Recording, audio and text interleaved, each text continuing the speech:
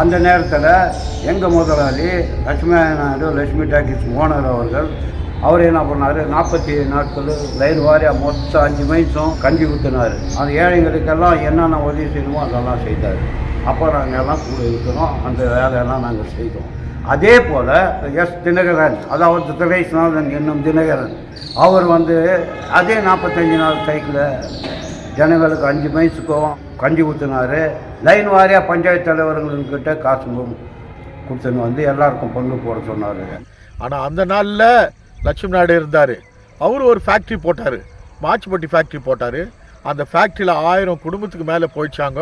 வீட்டில் எடுத்துகிட்டு போயிட்டு வேலை செய்தவங்க இருந்தாங்க. அந்த ஸ்கேலுங்களெல்லாம் எடுத்துகிட்டு போயிட்டு மாச்சிப்பட்டி ஃபேக்ட்ரியிலே வேலை செய்தவங்க இருந்தாங்க. அதுக்கு பின்னால் கோலார் தங்க வயலில் இதுவரையிலேயும் ஒரு ஃபேக்ட்ரி கூட வந்திருந்தது இல்லையா. 47 நாள் ஸ்ட்ரைக் நடந்துச்சாயா பிஜிஎம்எல் தொழிலாளிகளது. அப்போது லட்சுமி நாயுடு கேனில் ஜீப்பில் கஞ்சி எடுத்துன்னு ஊற்றினார். இதே கில்பர்ட்ஸ் பகுதியில் மட்டும் இல்லை, கேஜா பூரா ஊற்றினார் கேனில். அதே மாதிரி திரைசென்னம் தினகரன் அவர் 100 ரூபாய் கொடுத்தாரு கஞ்சி காசி ஊற்றுக்கொண்டு. ஒரு டேக்ஸா கஞ்சி காசி ஒரு செம்பு கஞ்சி குடித்தோம் நாங்கள்லாம் 47 நாள் ஸ்ட்ரைக்கில். எனக்கு இன்னும் நினைவு இருக்குது. அந்த ஸ்ட்ரைக்கில் நாங்கள் கூட அந்த ஊர்வலத்தில் போய் கலந்துருக்கிறோம். இவர் தான் அண்ணன் திரைஸ்நாதன். இவர் பிஜிஎம்எல் எம்ப்ளாயி. 47 நாள் ஸ்ட்ரைக் நடக்கும்போது இந்த 5 மைன்ஸுக்கும் கஞ்சி ஊற்றுனவர், 5 மைன்ஸுக்கும் கஞ்சி ஊற்றினார். ஒரு லைனுக்கும் கோலார் தங்கவயல் பூரா ஊற்றிட்டு அப்புறமா என்ன பண்ணார், இவர் எம்எல்ஏக்கு கண்டெஸ்ட் பண்ணாருங்க. எம்எல்ஏக்கு நின்னார். அதுக்கு பின்னால் ஆண்டர்சன்பேட் கான்ஸ்டியூஷனில் கவுன்சிலராக நின்று இவர் வின் பண்ணார். அதே தொகுதியில் இவங்க சன்னு வினோபா அவரும் நின்று வின் பண்ணார், இதே ஆண்டர்சன்பேட்டில்.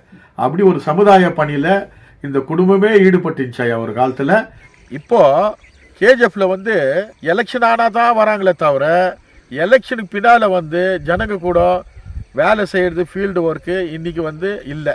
அதெல்லாம் ஒரு 30 வருஷத்துக்கு முன்னே இந்த தலைவர்களோடு போச்சு. ஆனால் இப்போ இருக்கிற தலைவருங்க ஃபீல்டு ஒர்க் பண்ணோம், ஜனத்தோட ஜனமாக இருக்கணுமே தவிர இன்றைக்கி நிகழ்ச்சிகளை கலந்துக்கிறது, அங்கே போகிறது இங்கே போகிறது, இதெல்லாம் இன்றைக்கி ஜனங்களை ஒரு ஏமாத்துற மாதிரி ஆயிடுது ஐயா. ஜனங்க கூட இருந்து ஜனத்துங்களுக்கு வேலை செய்யலாம், நம்மலாம் ஒன்றா சேர்ந்து ஜனங்க கூட இருக்கலாம். எலெக்ஷன் ஆனால் வருது, எதனா ஒன்று சொல்லிடுது, ஜனங்க அத்தனை நம்பிட்டு அவங்களுக்கு ஓட் போட்டுருது. இந்த மாதிரியெல்லாம் அந்த கலாச்சாரமே மாறணும். இன்றைக்கி எவ்வளோ தலைவர் வராங்க, எவ்வளோ பேர் என்னென்ன சொல்கிறாங்க, எல்லாம் பண்ணுறாங்க. ஒரு தொழிற்சாலையை கொண்டாந்து நீங்கள் போட்டிங்கனாக்கா ஒரு 10,000 பேருக்கு வேலை செய்கிற மாதிரி இருந்தால் இந்த ஊரில் வியாபாரம் நடக்கும். இந்த ஊரில் பெரிய பெரிய காலேஜுங்க, இன்னும் பெரிய பெரிய காலேஜுங்க கட்டலாம். ஜென்ரல் ஹாஸ்பிட்டல் கட்டிக்கிறாங்க. இவ்வளோ பெரிய ஹாஸ்பிட்டல் கட்டி அந்த ஹாஸ்பிட்டலில் ஒரு ஆர்ட் செக்ஷன் இது வரையிலும் கொண்டாடலையா. ஒரு ஹார்ட் அட்டாக் ஆகுது இன்றைக்கி, அங்கே எமர்ஜென்சிக்கு எடுத்துகிட்டு போனால் பார்த்ததுமே டாக்டரை குப்பத்துக்கு போ, கோலாருக்கு போ, பெங்களூருக்கு போன்னு எழுதிடுறாரு. அது போகிறதுக்குள்ளே இங்கேயே போயிடுதாயா. அந்த மாதிரி நம்ம எவ்வளோ பேரை நம்ம இழந்துட்டோம். அதனால் இன்றைக்கி அந்த ஹாஸ்பிட்டலில் ஒரு ஹார்ட் அட்டாக் செக்ஷன் ஒரு டாக்டருங்களை போட்டு அது கொண்டு பண்ணோம். அதே மாதிரி பிஜிஎம்எல் ஹாஸ்பிட்டல் மூடிட்டு இருக்குது. அதை ஓப்பன் பண்ணி இந்த மாதிரி ஒரு செக்ஷன் எல்லாம் போட்டாங்கனாக்கா இன்றைக்கி எவ்வளோ ஒரு நல்லதாக இருக்கும் அந்த ஜனங்களுக்குன்னு என்னுடைய கருத்து ஐயா.